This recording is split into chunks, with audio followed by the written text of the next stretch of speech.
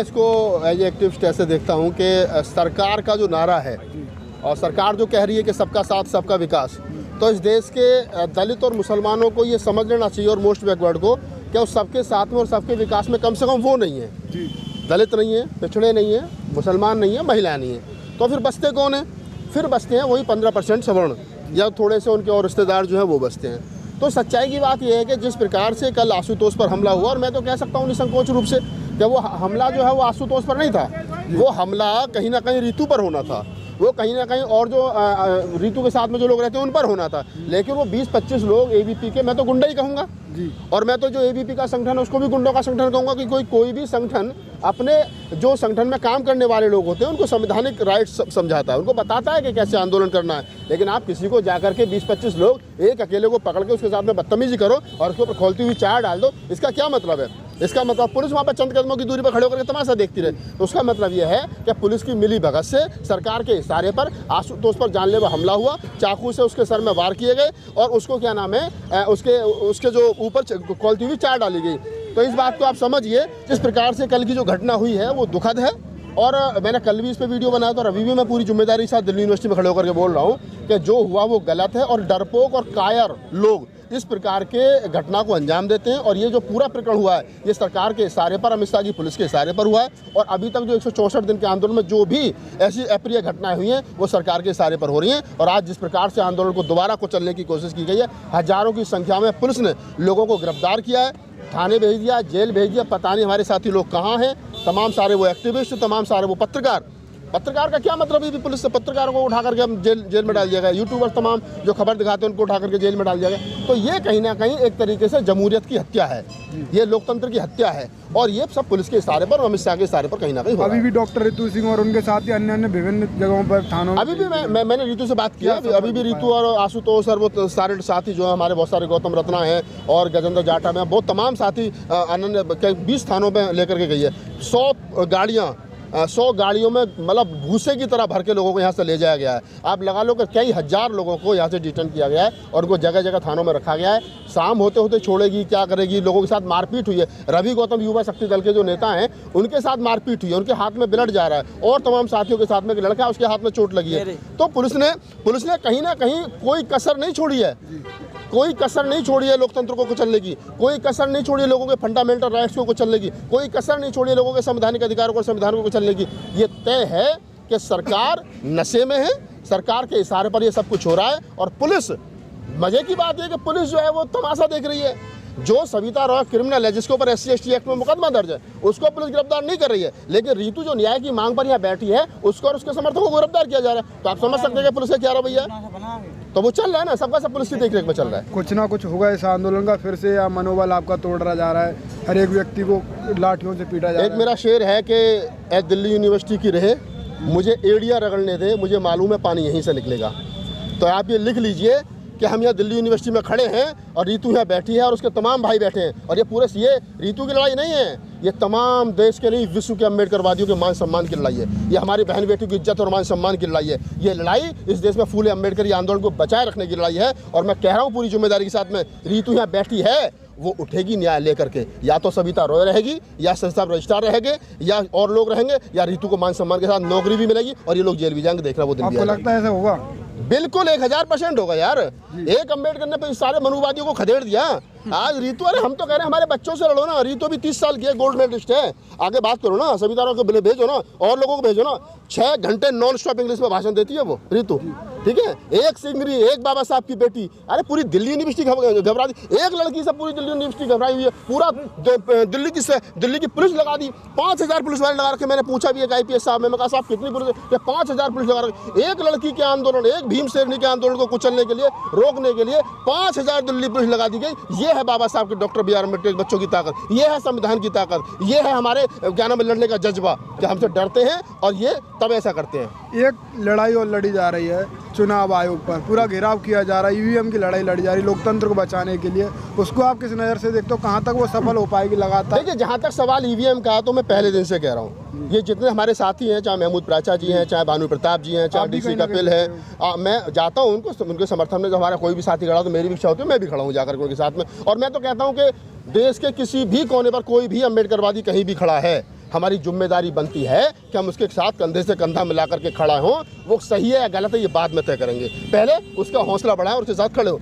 अब रहा सवाल जो आप कह रहे हो कि ईवीएम वाला, ईवीएम में गड़बड़ है, कितनी नहीं है, इसके लिए जिन लोगों को MP MLA बनना है, जिन लोगों को मुख्यमंत्री बनना है, जिन लोगों को प्रधानमंत्री बनना है, जो लोग ये नारा लगा रहे हैं कि नेक्स्ट PM बहन जी, जो ये नारा लगा रहे हैं कि नेक्स्ट PM अखिलेश यादव, वो अखिलेश यादव, वो बहन जी, वो तेजस्वी यादव, वो तमाम लोग जो कांग्रेस के राहुल गांधी जो भारत जोड़ो न्याय यात्रा कर रहे हैं, वो तमाम लोग ईवीएम के खिलाफ आवाज़ उठाएं। देखिए एक दिन में ईवीएम से चुनाव होना बंद हो जाएगा। जिस दिन कांग्रेस और भारत इंडिया गठबंधन ये कह देगा कि अगर 2024 का चुनाव ईवीएम से होगा तो इंडिया गठबंधन उसका हिस्सा नहीं होगा, उस दिन चुनाव आयोग घुटनों पर आ जाएगा। लेकिन जिन लोगों को ईवीएम का बहिष्कार करना चाहिए वो लोग नहीं कर रहे हैं, और जिन लोगों के करने से कुछ होगा नहीं वो लोग बहुत ताकत लगा रहे हैं। लेकिन फिर भी जो लोग लगा रहे हैं उनके लिए धन्यवाद है, क्योंकि ईवीएम से चुनी हुई है सरकार, मशीन से चुनी हुई है सरकार जो सत्ता के नशे में है, और ये जो जिस नशे में घूम रहे हैं, एक शेर है उर्दू का कि तुमसे पहले जो शख्स एक तख्ता नसी था उसको भी अपना खुदा होने पर इतना ही यकीन था। ठीक है, चले जाएंगे, वो लोग नहीं रहे यार। India is Indira, Indira is India, विपक्ष में बैठने लायक नहीं बचे। मोदी जी भी चले जाएंगे। ये हिंदुत्व का नशा थोड़ा सा लोगों के मन में चल रहा है, ये नशा उतरेगा निश्चित रूप से। लोगों को भूख लगेगी, रोटी लगेगी, शिक्षा की जरूरत पड़ेगी, और धर्म कभी खाने को नहीं देता, ये ध्यान रखना। ये धर्म का धंधा भी खत्म होगा, नशा भी उतरेगा, लोग फिर मांगों पर आएंगे, लोग सड़कों पर आएंगे, ये सरकार भी जाएगी, ईवीएम भी जाएगी। गाँव देहात में मैं लगातार लोकसभा चुनावी कवरेज कर रहा हूँ, वो मैं जब पूछता हूँ क्या माहौल दिख रहा है, वो क्या कहते हैं कि कहीं भी बटन दबा दें, खौफ बैठ गया ईवीएम का, वो कैसे आप दूर कर पाएंगे? नहीं, मैं क्या कह रहा हूँ, मैंने पहले कहा है कि जिस दिन बहन जी, अब देखिए केजरीवाल जी कहते हैं ईवीएम में गड़बड़ है, घर बैठ के बहन जी ने ट्वीट कर दिया ईवीएम में गड़बड़ है, घर बैठ के अखिलेश यादव ने कह दिया ईवीएम में गड़बड़। अबे ईवीएम में गड़बड़ है तो उसका विरोध क्यों नहीं करते?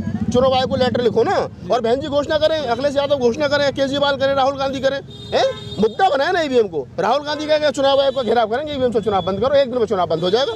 जिस दिन दिल्ली के अंदर 50 लाख आदमी या 10 लाख आदमी आ गए चुनाव आयोग को घेराव करने, और वही लैटरिन करेंगे, वही हगेंगे, वही मुतेंगे, वही खाएंगे, वही पिएंगे, वही थूकेंगे, दिल्ली को बद से बदतर हो जाएगी, और चुनाव आयोग को घुटनों के बल आकर के ईवीएम बंद करनी पड़ेगी। आपका कोई प्लान जो सलाह नेताओं को देना चाहे किस तरीके से ईवीएम बंद करा सकते हैं? मैं यही कह रहा हूँ कि जिन लोगों को ये लगता है कि ईवीएम में गड़बड़ है, और मैं भी मानता हूँ कि हाँ गड़बड़ है, कम है या ज़्यादा है, तो ये लड़ाई नेताओं की है। हमारा काम वोट डालना है, हम वोट आपको दे रहे हैं, मैंने कोई चीज़ आपको दी और वो आप तक नहीं पहुँच रही है, तो ये जिम्मेदारी आपकी बनती है कि वो आप तक क्यों नहीं पहुँच रही है। आप भी उसमें उतनी ही जिम्मेदारी के साथ उस काम को आगे बढ़ाएं। जिन नेताओं को ये लगता है कि ईवीएम में गड़बड़ है, चाहे वो बसपा है, सपा है, कांग्रेस है, इंडिया गठबंधन है, कि तमाम 28 दल, वो लोग इस पर मुखर होकर के बोले कि चुनाव ईवीएम में गड़बड़ है, और चुनाव आयोग से मिले और उससे कहेगा अगर ईवीएम से 2024 का चुनाव होगा तो हम चुनाव नहीं होने देंगे। समाज वकीलों ने बीड़ा उठा लिया कि 24 में 100% बैलेट पेपर से चुनाव कराएंगे। आप भी हैं, हम भी हैं, और वो F19 फिरोसा रोड जहाँ ईवीएम के खिलाफ PC होती है वो भी हुई है। इसको आगे लगाना और ध्यान रखना, मैं बोल रहा हूँ बड़ी जिम्मेदारी के साथ में। कहना कि राहुल नागपाल कह रहा था कि वो फिरोसा रोड E24 राजेंद्र पाल गौतम जी का ऑफिस JMB मिशन का, और वो भानु प्रताप जी, राजेंद्र पाल गौतम जी, महमूद प्राचा जी, DC कपिल जी, बलराज मलिक साहब, वो तमाम हमारे वकील साथी जो कह रहे हैं कि 2024 का चुनाव ईवीएम से नहीं होगा, हम इसको बंद करा करेंगे, तो वो साथी भी हैं और मैं भी हूँ। और मैं कह रहा हूँ कि जब तक राजनीतिक लोग इसमें नहीं आएंगे तब तक चुनाव ईवीएम से ही होगा, ये चाहे कुछ भी कर लें। अन्य राज्यों की राजधानी में घूम रहे हैं, अभी लखनऊ में बैठक हुई, क्या होगा उससे? आप घूम लो, मैं कह रहा हूँ ताकत गलत जगह लगाई जा रही भाई। आप लखनऊ चले जाओ, गोवा चले जाओ, पठानकोट चले जाओ, जहां मर्जी चले जाओ, लोगों को पता है ईवीएम में गड़बड़ है, तुम्हें पता है ईवीएम में गड़बड़ है, मुझे पता है ईवीएम में गड़बड़ है, भानु प्रताप जी को पता है ईवीएम में गड़बड़ है, सबको पता है। लेकिन सबकी बात मानेगा कौन? मानेगा किसकी? मायावती की चुनाव आयोग, मानेगा किसकी? अखिलेश यादव की, मानेगा किसकी? राहुल गांधी की। और वो लोग बोल नहीं रहे, तो मेरे और तुम्हारे बोलने से क्या हो जाएगा भाई? मेरी और तुम्हारी जिम्मेदारी बनती है, मैं लोगों को अवेयर करूं, जागरूक करूं, मेरी जिम्मेदारी बनती है। कहीं समाज के साथ शोषण अत्याचार हो रहा है तो मैं उसके साथ खड़ा रहूं, मेरी जिम्मेदारी ये बनती है। कि कहीं भी गैर संवैधानिक काम होता है तो मैं उसके खिलाफ बोलूं, मेरी जिम्मेदारी ये बनती है। कि भारत का जमहूरियत, भारत का लोकतंत्र कैसे मजबूत हो, मैं इसके लिए काम करूं। मेरी जिम्मेदारी ये नहीं बनती कि ईवीएम में गड़बड़ है, ईवीएम में गड़बड़ है, वोट मैंने दिया और वोट अगर उन तक नहीं पहुंचा तो उनकी जिम्मेदारी बनती है कि मेरी दी हुई आइटम उनके पास तक क्यों नहीं पहुंच रही है, वो उसके लिए वो जवाबदेह हैं। क्योंकि मैं चाहता हूँ बसपा की सरकार बने, मैं चाहता हूँ कांग्रेस की सरकार बने, मैं चाहता हूँ सपा की सरकार बने। वोटर चाहता है मोदी जी हटे, सब दुखी हैं, लेकिन मोदी जी नहीं हट रहे हैं। और जिनको मुख्यमंत्री बनना है, प्रधानमंत्री बनना है, जिनको मिनिस्टर बनना है, सांसद बनना है, वो नहीं आ रहे हैं आगे। तो इसका मतलब उनको भी पता है कि कुछ नहीं होना, वो सब हारे घर में बैठे। और यही है जमहूरियत के लिए खतरनाक, यही है लोकतंत्र के लिए खतरनाक, लोगों का इस प्रकार उदास होकर के घर में बैठ जाना और नेताओं की खामोशी और चुप्पी बने रहना, ये कहीं ना कहीं लोकतंत्र के लिए खतरनाक। एक लास्ट सवाल है आपसे आखिरी, क्या आपको लगता है कि मायावती, राहुल गांधी और अखिलेश यादव ईवीएम को बंद करा पाएंगे? अकेली मायावती करा देंगे। राहुल गांधी को भी छोड़ दो, मेरी गारंटी है। मायावती अकेली लिख लो इस बात को, जिस दिन बसपा और मायावती ये कह देंगी कि ईवीएम से 2024 का चुनाव नहीं होगा, और जब तक चुनाव आयोग लिख करके नहीं देगा तब तक हम चुनाव आयोग के दरवाजे से उठेंगे नहीं। आए ना बहन जी निकल करके बैठे चुनाव आयोग में। जन्मदिन पे बहन जी ने बोला था ईवीएम खिलाफ करेंगे, जब पूछा गया सड़कों पे क्यों नहीं आए, वो कह रही हमारी अलग रणनीति है। तो कौन सी रणनीति है बताओ फिर। भाई चुनाव आचार संहिता लगने वाली है थोड़े दिन में, 20-25 तारीख के बाद आचार संहिता लग जाएगी। ऐसे में आपको लगता है ईवीएम में गड़बड़ है, तो मैं कह रहा हूँ, हाँ मैंने सुना था 10 तारीख को जो हुआ था वो, मैं कह रहा हूँ अभी आपसे कि बहन जी जिस दिन चाहें दिल्ली आएँ और ये घोषणा कर दें। मैं कह रहा हूँ बहन जी आज घोषणा करें कि आने वाली 15 फरवरी को दिल्ली के चुनाव आयोग का घेराव किया जाएगा, और हम तब तक वहाँ से नहीं उठाएंगे जब तक चुनाव आयोग ये लिख करके नहीं देगा कि अगला चुनाव ईवीएम से नहीं होगा। घोषणा करती बंद हो जाएगी, उसी दिन हो जाएगी, क्योंकि चुनाव आयोग के हाथ पर हो।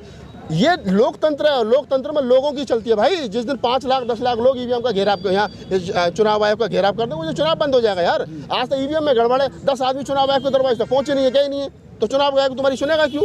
और वो चुनाव आयोग जिसमें आधे से ज़्यादा बीजेपी कार्यकर्ता हूँ, वो चुनाव आयोग वो वोटिंग मशीन बनाने वाली कंपनियाँ जिनमें आधे से ज़्यादा बीजेपी के लोग हों, तो वो तो अपना काम कर रहे हैं ईमानदारी से। वो गड़बड़ कर रहे हैं, घोटाला कर रहे हैं, मीडिया को खरीदे, जो भी कर रहे हैं वो कर रहे हैं। तुम क्या कर रहे हो? तुम प्रेस कॉन्फ्रेंस कर दो बस, लोगों को वजह ईवीएम में गड़बड़ तो पता ही है, तुम इसमें नया क्या बता रहे हो?